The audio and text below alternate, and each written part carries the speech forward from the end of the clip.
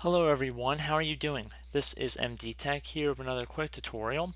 In today's tutorial, I'm going to show you guys how to change a FAT32 drive to an NTFS drive on your Windows computer. So this should be a fairly straightforward tutorial, and without further ado, let's jump right into it.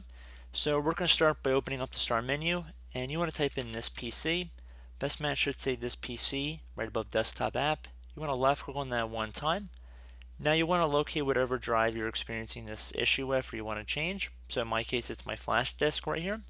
I'm going to right click on it and then I'm going to left click on format. Please keep in mind we're going to format this flash drive, so any data, files, or information that's stored on the drive currently will be removed through this process.